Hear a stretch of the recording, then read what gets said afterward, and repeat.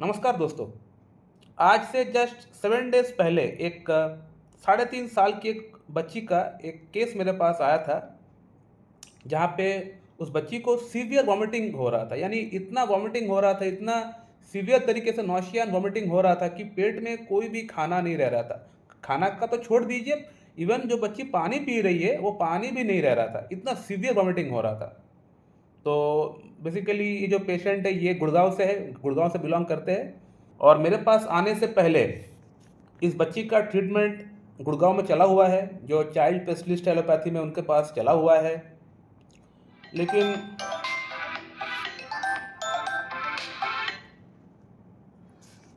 लेकिन कुछ खास परिणाम उनको नहीं मिल पाए। जो एलोपैथी में जो ऑन्डम जो मेडिसिन होता है, वो मेडिसिन इनको दिया गया था। उससे कम तो हुआ था, लेकिन प्रॉब्लम पूरी तरह सबसाइड नहीं हो पा रहा था।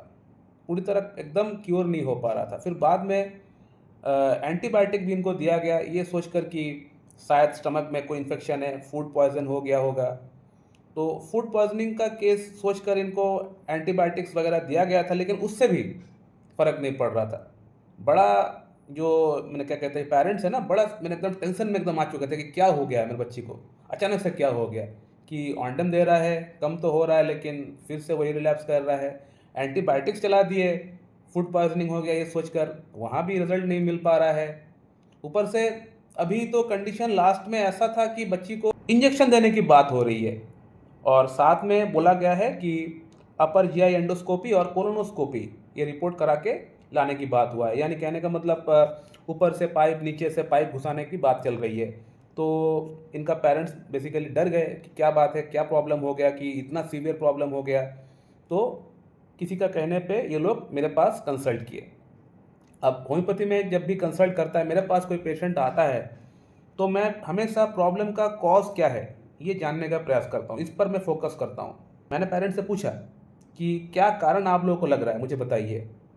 कुछ ना कुछ तो कारण होगा, क्योंकि अचानक से ऐसा नहीं हो सकता है कि बच्ची ठीक थी, अचानक से प्रॉब्लम चालू हो गया, इतना सीवियर प्रॉब्लम। कहीं न कहीं कुछ ना कुछ तो हुआ होगा, मुझे बताइए।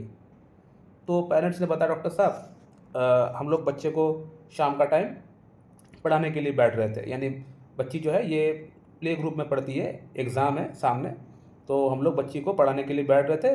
बच्ची थोड़ी बहुत पढ़ी भी है, स्टडी भी थोड़ी बहुत की है, थोड़ी बहुत रिवीजन वगैरह की है, लेकिन बच्ची को खेलने का मन था। तो बच्ची को पढ़ने का मन नहीं था और पेरेंट्स चाह रहे थे कि बच्ची पढ़े, क्योंकि एग्ज़ाम सामने, भले प्ले ग्रुप की एग्ज़ाम क्यों ना हो, लेकिन पढ़े।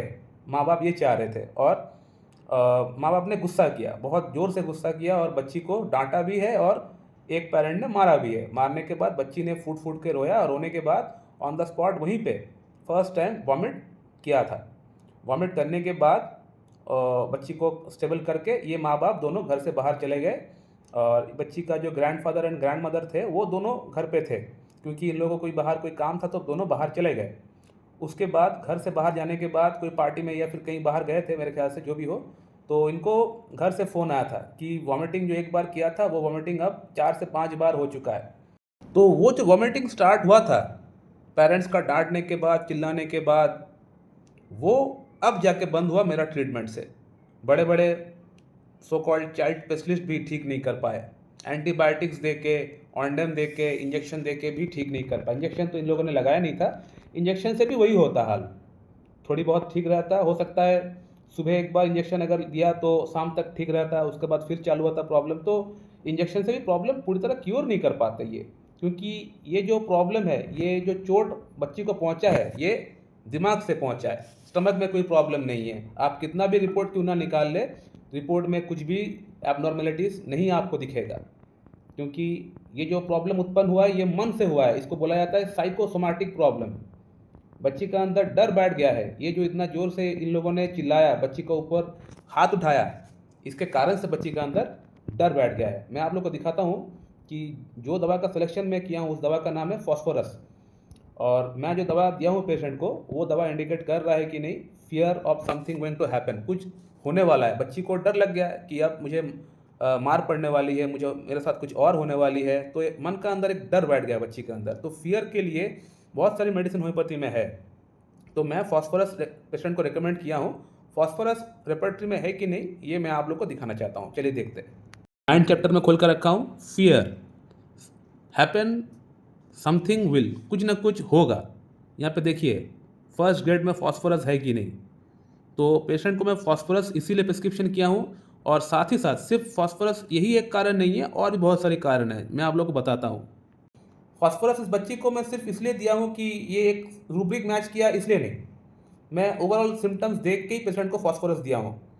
मैं पेशेंट का पेरेंट्स से बात किया था, पेशेंट का पेरेंट्स ने बताया कि डॉक्टर साहब बच्ची को ice cream, cold drinks, cold water पीने का शौक बहुत ज़्यादा है, आइसक्रीम खाने का मन बहुत ज़्यादा है। इवन हम लोग घर पे नहीं रहते तो फ्रिज खोल के भी कई बार आइसक्रीम या फिर बर्फ़ को खाते रहते हैं। तो ये फॉस्फोरस का सबसे बड़ा पिकुलर सिम्टम है। अंधेरे से डर, अंधेरे से बहुत डर लगता है फॉस्फोरस का पेशेंट को, तो इस बच्ची को भी लगता है। साथ ही साथ जो फिजिकल स्ट्रक्चर है, लीन थीन सिलेंडर बॉडी, वो फॉस्फोरस को इंडिकेट कर रहा था। और बच्ची जो है ये काफ़ी रेस्टलेस बच्ची है, यानी खेलना इनको बहुत पसंद है, यानी एक बार खेलती है तो खेलते ही रहती है। तो रेस्टलेसनेस बच्ची के अंदर बहुत ज़्यादा है, और फॉस्फोरस का पेशेंट के अंदर रेस्टलेसनेस बहुत ज़्यादा होता है, हम लोग सबको ही जानते हैं। और स्वीट खाने का क्रेविंग फॉस्फोरस का पेशेंट के अंदर बहुत ज़्यादा नहीं होता है। तो इस बच्ची के अंदर भी यही चीज़ है, भले वो आइसक्रीम खाता है, भले वो कोल्ड ड्रिंक्स वो लेता है, लेकिन स्वीट इनको खाना पसंद बहुत ज़्यादा नहीं है। और साथ ही साथ थंडरस्टॉर्म की आवाज़ से बच्ची को डर लगता है। और जो मेन जो कॉजेशन है फियर कि कुछ हो जाएगा, मुझे अब चिल्लाया है, मुझे मारा है, मुझे इसके बाद कुछ होगा, ये जो मन में डर बैठ गया है, ये सबसे बड़ा पिकुलियर सिम्टम है, सबसे बड़ा कॉजेशन है यही।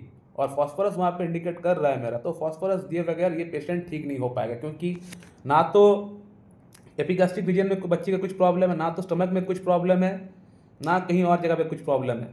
बच्ची का प्रॉब्लम है दिमाग से, साइकोसोमैटिक, यहाँ से हिट करना पड़ेगा बच्ची का प्रॉब्लम, तभी ठीक हो पाएगा। और आज देखिए बच्ची का प्रॉब्लम पूरी तरह ठीक हो चुका है, एक बार भी ये वॉमिटिंग नहीं करता है। मेरा मेडिसिन खाने का जस्ट 2 दिन बाद से ही इनको पूरी तरह फ़ायदा हो गया था। तो समझ सकते हैं कि होम्योपैथी का एफिकेसी क्या है, होम्योपैथी कितना अच्छा काम करता है, हर एस्पेक्ट से कितना बड़े तरीके से काम कर सकता है होम्योपैथी। लेकिन इसको करने के लिए, इसको कराने के लिए आपको नॉलेज की दरकार है, पेशेंट को आपको एज ए होल आपको समझना पड़ेगा, पेशेंट का केस का आपको अंदर में आपको घुसना पड़ेगा, तभी जाके ये परफेक्ट दवा का सिलेक्शन आप कर पाएंगे। नहीं तो अगर मेरे जगह अगर कोई अगर और होता तो इनको दिए होते वही इपिकाक दिए होते, आर्सेनिक एल्बम दिए होते, फेरमेट दिए होते। फेरमेट एक अच्छी मेडिसिन है, वॉमिटिंग में काम करता है। बिस्मथ दिए होते, अच्छा काम करता है। तो इन मेडिसिन से इस बच्ची का प्रॉब्लम ठीक नहीं होता। मैं जो मेडिसिन का सिलेक्शन किया हूँ वो ओवरऑल बच्ची का ड्रग सिलेक्शन है, यानी बच्ची के अंदर अगर और कोई प्रॉब्लम भी अगर है तो वो प्रॉब्लम भी इसी मेडिसिन से ठीक हो जाएगा। इसको बोला जाता है कॉन्स्टिट्यूशनल ट्रीटमेंट। इस पेशेंट का जो पेरेंट्स है, किसी ने इनको मेरा नंबर दिया है, क्योंकि गुड़गांव में मेरा ऐसा कोई जगह नहीं है जहाँ मेरा पेशेंट नहीं है। मेरा गुड़गांव में पेशेंट भरा पड़ा हुआ है, बहुत पेशेंट है गुड़गांव में। तो किसी ने हो सकता है इन लोगों को मेरा नंबर दिया है, और रात 8 बजे ये लोग कंसल्ट करना चाह रहे थे मुझसे। अमूमन मैं रात 8 बजे अगर कोई फ़ी पे करता है तो उस दिन मैं बात नहीं कर पाता हूँ, क्योंकि मैं हर दिन 15 पेशेंट देखता हूँ ऑनलाइन, बाकी ऑफलाइन पेशेंट सुबह 9 बजे से शाम 6 बजे तक मैं अपना अलग अलग ओपीडीज़ के अंदर में पेशेंट को देखता हूँ। लेकिन उस दिन इस पेशेंट को मैं जल्दी अपॉइंटमेंट दिया था, विदिन हाफ एन आवर के अंदर इस पेशेंट को मैं अपॉइंटमेंट दिया था, क्योंकि मेरे पास जो अमूमन जो केस आता है वो क्रॉनिक कंडीशन आता है, एक्यूट कंडीशन बहुत ही कम आता है। कौन इतना फ़ी दे के एक्यूट कंडीशन के लिए मेरे पास आएगा। तो फिर भी मैं इस पेशेंट को मैं उस दिन मैं बाकी जो अपॉइंटमेंट्स थी उसको मैं डिले करके इनको मैं पहले देखा। इसलिए देखा क्योंकि एक सीरियस कंडीशन है, एक बच्ची को इतना वॉमिटिंग हो रहा है, सीरियस वॉमिटिंग हो रहा है, तो यहाँ पे उस बच्ची को उस दिन फर्स्ट प्रेफरेंस देना जरूरी था, प्रायोरिटी देना जरूरी था, इसीलिए मैंने वही किया। बाकी जो भी अपॉइंटमेंट्स था उन सबको मैं डिले करके इनको मैं पहले अपॉइंटमेंट दिया, बात किया। बात करने के बाद दवा का मैं नाम इन लोगों को बताया, वो लोग लेके आए, और रिजल्ट आप लोगों के सामने है। पेशेंट क्या बोल रहा है आप लोग समझ सकते हैं, आप लोग फीडबैक पढ़ लीजिए, मैं और खुद से यहाँ पे कुछ बोलूँगा नहीं। So my dear friend, homoeopathy can do miracle not only in chronic cases but also in acute cases. Acute cases के अंदर भी होम्योपैथी मिराकल कर सकता है, लेकिन उस मिराकल को करने के लिए आपको पेशेंट को आपको देखना पड़ेगा, पेशेंट को आपको समझना पड़ेगा, और आपको मटेरियल मेडिका की आपका अंदर नॉलेज रहना चाहिए, तभी जाके आप इस तरह की कंडीशंस को ठीक कर पाएंगे। सो माय डियर फ्रेंड, मैं इस वीडियो को यहीं पे एंड करता हूँ। अगर आप लोग के मन में कोई प्रश्न है सो आप लोग कर सकते हैं। So thank you very much and have a good day.